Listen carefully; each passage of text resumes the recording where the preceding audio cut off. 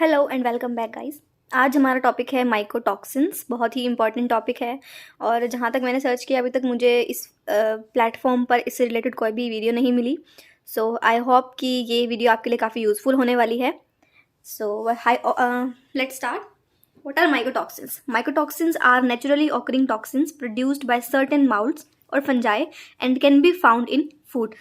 तो माइकोटॉक्सिन्स जो हैं वो कौन प्रोड्यूस करता है? माइकोटॉक्सिन्स प्रोड्यूस करते हैं माउल्ड्स, जैसे कि फंजाई। जो फंजाई जो भी टॉक्सिन्स रिलीज करते हैं जो कि हार्मफुल होते हैं ऑब्वियसली, प्लांट्स के लिए भी, एनिमल्स के लिए भी, तो उन्हें हम बोलते हैं mycotoxins. The toxins that are released by fungi और any other bacteria. These produce toxic substances.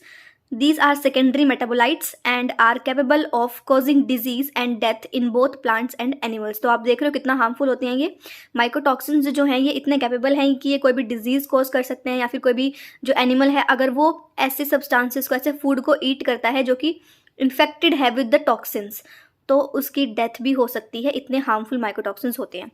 Now animals and human develop severe diseases of internal organs, nervous system, circulatory system and may die.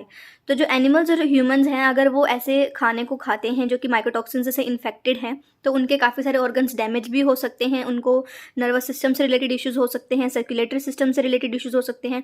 और अगर उन्होंने ज़्यादा ही कुछ खा लिया है जो कि कंटेमिनेटेड था तो हो सकता है वो उनकी डेथ भी हो सकती है। The disease caused is mycotoxis. जो माइकोटॉक्सिन्स की वजह से जो डिजीज कॉज होती है उन्हें हम माइकोटॉक्सिकोसिस बोलते हैं। एंड ये एक कॉमन वर्ड है जो हम सभी डिजीजेस के लिए यूज़ करते हैं।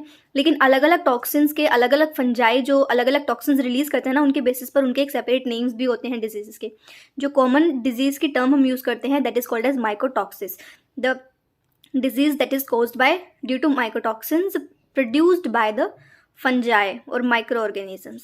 This is caused by common and widespread fungi, Aspergillus, Penicillium and Fusarium.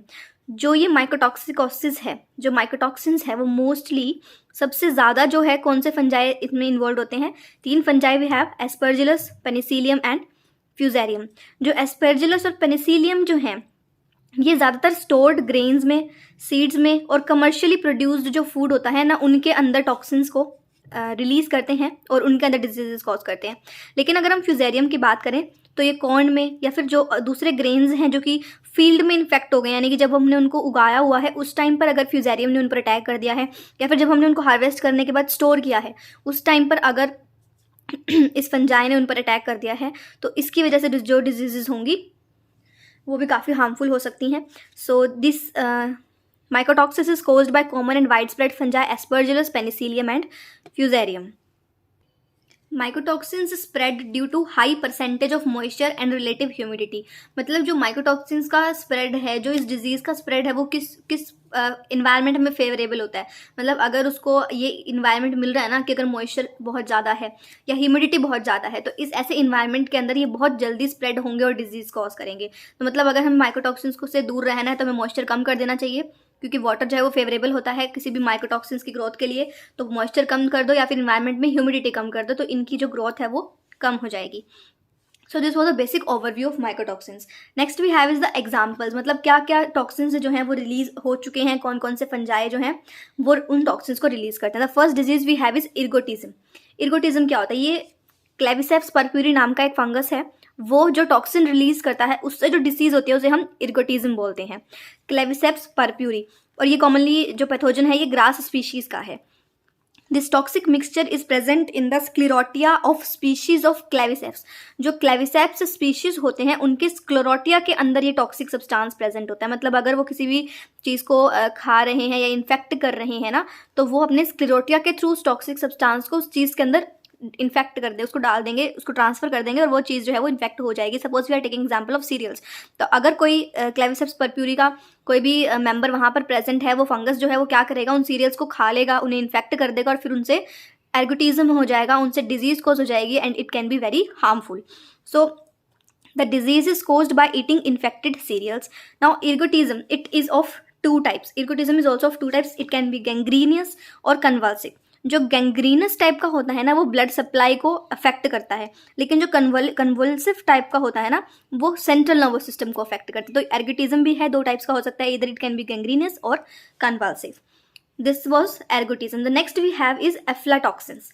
Aflatoxins जो हैं एस्पेरजिलस स्पीशीज प्रोड्यूस करती हैं। This is produced by aspergillus species of fungi, जैसे कि ए फ्लैवस और ए पैरासिटिकस। एस्पेरजिलस फ्लैवस या फिर एस्पेरजिलस पैरासिटिकस जो टॉक्सिन्स रिलीज करते हैं उन्हें हम अफ्लाटॉक्सिन्स बोलते हैं।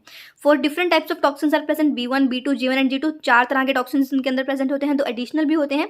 उनके बारे में मैं एक सेपरेट वीडियो बना रही हूँ एफ्लाटॉक्सिन्स पर, जल्दी ही मैं अपलोड भी कर दूंगी। तो उसमें मैं काफ़ी डिटेल में पढ़ाऊंगी कि अफ्लाटॉक्सिन्स क्या होते हैं, कितने तरह के होते हैं, इनके स्ट्रक्चर्स क्या होते हैं, इनके टाइप्स क्या होते हैं, इनका कंट्रोल कैसे होता है, सब कुछ। तो उसमें मैं ज़्यादा डिटेल में पढ़ाऊंगी, but as an overview mycotoxins के अंदर हम पढ़ रहे हैं तो इतना आपके लिए काफ़ी होगा कि अफ्लाटॉक्सिन्स की जनरल इंट्रोडक्शन आपको पता होनी चाहिए। सो अफ्लाटॉक्सिन्स जो है वो 4 टाइप्स के होते हैं, B1, B2, G1 and G2। These are mutagenic, teratogenic and carcinogenic. They can cause adverse health effects, liver cancer in many animal species. तो मतलब ये भी बहुत ज़्यादा हार्मफुल होते हैं अगर अफ्लाटॉक्सिन्स रिलीजिंग कोई हमने सब्सटेंस कंज्यूम कर लिया है, कोई भी हमने इन्फेक्टेड सब्सटेंस खा लिया है, तो ये बहुत सारी एनिमल स्पीशीज़ के अंदर डिजीज़ कॉज कर सकता है, जैसे कि liver cancer. They cause a disease called Turkey X disease to be appeared in farm animals in England।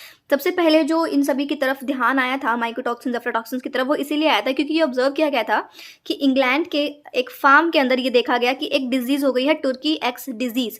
इस डिजीज़ की वजह से काफ़ी जो एनिमल्स हैं, डकलिंग्स हैं, फिजेंट्स हैं, उनकी डेथ हो गई है। और ये जब सर्वे किया गया, पूरी रिसर्च की गई, तो ये पाया गया कि इनके अंदर कुछ टॉक्सिन्स मिले हैं और उन टॉक्सिन्स को अफ्लाटॉक्सिन्स कहते हैं हम। और वो किसने रिलीज़ किए हैं? एस्पेरजिलस स्पीशीज़ के फंजाई ने रिलीज़ किए हैं। ठीक है, इसके बाद, इस डिज़ीज़ के बाद ही ये वाला जो टॉपिक है ये बहुत ही अवेयरनेस में लाया गया। इसमें बहुत सारी फिर रिसर्च की गई, इसकी तरफ ध्यान दिया गया। It was proved to be caused by feed contaminated with aflatoxins which brought awareness towards mycotoxins. वरना इससे पहले किसी को पता भी नहीं था कि माइकोटॉक्सिन्स होते क्या हैं, अफ्लाटॉक्सिन्स क्या होते हैं। लेकिन जैसे ही डिजीज़ आई, इतना लॉस हो गया एनिमल्स का इंग्लैंड के अंदर, उसके बाद इस चीज़ की अवेयरनेस आई कि माइकोटॉक्सिन्स क्या होते हैं, अफ्लाटॉक्सिन्स क्या होते हैं। ठीक है, so next toxin is we have is ochratoxin और ochratoxins. These have 3 secondary metabolites forms, A, B और C, 3 फॉर्म्स में ये देखने मिलता है। Produced by penicillium and aspergillus species. दोनों स्पीशीज़ में ये टॉक्सिन्स प्रोड्यूस होता है, पेनिसिलियम भी और एस्पेरजिलस भी। It occurs in cereals, coffee, breads, preserved food of animal origin. तो ये इसका बेसिक इन्फेक्टिंग सोर्स है कि ये किन किन चीज़ों को ज़्यादातर अफेक्ट करता है। ऐसा नहीं है कि जो मैं स्पेसिफिक बता रही हूँ वही करता है, और भी काफ़ी चीज़ें हो सकती हैं। तो बेसिकली इन पे करता है, ऐसा नहीं है कि इन्हीं पे करता है, बेसिकली कॉमनली इन्हीं पे करता है, बट और भी हैं। So these are the ochratoxins। Next we have is patulin. This toxin is produced by P. expansum, Petulin expansum, Aspergillus and Penicillium and Phycellomyces fungal species। तो ये काफ़ी सारी स्पीशीज़ हैं जो कि इस टॉक्सिन को रिलीज़ कर रही हैं। It is generally found in rot apples. Rot apples के अंदर जैसे एप्पल्स ख़राब हो गए हैं तो तभी कहते हैं ना हमें खाने नहीं चाहिए कोई चीज़ ख़राब हो गई है, तो क्योंकि उनके अंदर टॉक्सिन्स पाए जाते हैं, और हो सकता है कि वो एप्पल्स ऐसे टॉक्सिन्स से इन्फेक्टेड हों जो कि काफ़ी हार्मफुल है हमारे लिए। तो इसीलिए कहते हैं कोई भी चीज़ अगर ख़राब हो गया तो उसको मत खाओ, उसके अंदर कुछ ना कुछ हार्मफुल इफेक्ट्स हो सकते हैं। सो पेट्यूलिन जो है वो रोट एप्पल्स के अंदर जनरली देखने मिलता है। Next we have is Fusarium. Fusarium infect grain of cereals like wheat and maize. They include range of mycotoxins such as fumonizins which affect nervous system of horses and may cause cancer in rodents। जो fusarium है ये grains पर effect करता है। इसके अंदर काफ़ी सारे माइकोटॉक्सिन्स आते हैं और भी, और ये जो रोडेंट्स होते हैं, यानी कि जो ऐसे आप देख सकते हैं जनरली स्ट्रीट्स वगैरह में जो एनिमल्स घूम रहे होते हैं, उनके अंदर ये काफ़ी सीवियर डिसीजेस कॉज कर सकता है। ट्राइकोथिसिन्स की अगर हम बात करें तो ज़्यादातर क्रॉनिक और फैटल टॉक्सिक इफेक्ट्स होते हैं इनके। बहुत एनिमल्स और ह्यूमंस में ये भी काफ़ी डिजीजेस कॉज कर सकते हैं, तो ये भी हार्मफुल होते हैं। तो ये कुछ टाइप्स के थे हमारे पास माइकोटॉक्सिन्स के कुछ टाइप्स। यही सिर्फ, ऐसा नहीं है कि सिर्फ यही वाले टॉक्सिन्स रिलीज होते हैं, और भी काफ़ी सारे होते हैं, बट ये मैंने कुछ इंपॉर्टेंट लिस्ट कर दिए हैं आप सभी के लिए ताकि आपको आसानी से समझ आ जाए और आप इसको इजीली याद कर सकें, समझ सकें। अगर आपको इस चीज़ में कोई भी डाउट है इस पूरे टॉपिक में तो आप मुझसे पूछ सकते हैं कमेंट करके। एंड अगर आपको वीडियो अच्छी लगी हो तो प्लीज़ इसे लाइक कीजिएगा, शेयर कीजिएगा और चैनल को सब्सक्राइब करना मत भूलिएगा। Thanks for watching.